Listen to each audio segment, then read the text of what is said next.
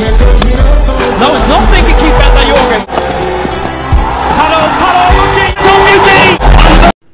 প্রিয় দর্শক, মনে আছে সেই ঐতিহাসিক জয়ের কথা যেখানে মুশফিকুর রহিম 3 বলে 14 রান নিয়ে বাংলাদেশকে আয়ারল্যান্ডের বিরুদ্ধে জয় এনে দিয়েছিলেন। হ্যাঁ প্রিয় দর্শক, এরকম একটি লাস্ট যখন 1 বলে 6 রান দরকার ছিল, ঠিক তখনই পিছন দিয়ে একটি অসাধারণ একটি 6-এর মাধ্যমে বাংলাদেশকে এই জয়টি নিয়ে দেয়। অনেকেই জানে না যে বাংলাদেশের লাস্ট 1 বলে 6 রান দরকার, ঠিক তখনই একটি বাংলাদেশি খেলোয়াড় 6 মেরে সেই ম্যাচটি জিতিয়ে যায়। এটি অনেকেরই অজানা। এরকম একটি ঘটনা বাংলাদেশের মধ্যে আছে।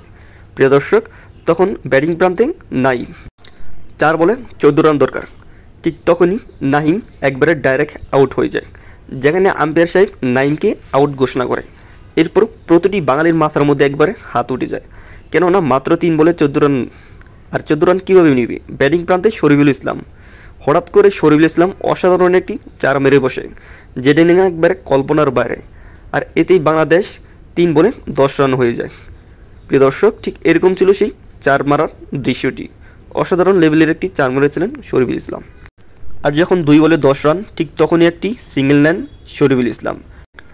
আর ব্যাটিং প্রান্তে চলে যান মুশফিকুর রহিম, মিস্টার ডিপেন্ডেবল।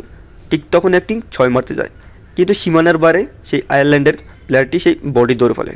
তখন তো আরও মন খারাপ হয়ে যায় বাংলাদেশি দর্শকদের। একবারে তাকিয়ে থাকে সেই বোলারটি, কেননা বাংলাদেশের খেলোয়াড় যে আউট হয়ে গিয়েছে।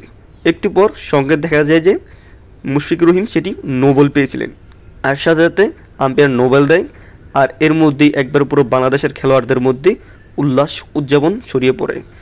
এরপর যান ফিরে পায় মুশফিক, আর ঠিক সেই 1 বলের মধ্যেই অসাধারণ একটি কীর্তি করে দিয়ে বসে মুশফিক, পিছন দিয়ে অসাধারণ একটি 6 মেরে বসে মিস্টার ডিপেন্ডেবল। হ্যাঁ প্রিয় দর্শক, যেটা কিনা একবারে সীমানার বাইরে পিছন দিয়ে গিয়ে পড়ে। তো স্যালুট জানাই এরকম অসাধারণ একটি 6 মেরে বাংলাদেশকে জয় আনার জন্য মুশফিকুর রহিমকে। সবাই ভালো থাকবেন, সুস্থ থাকবেন।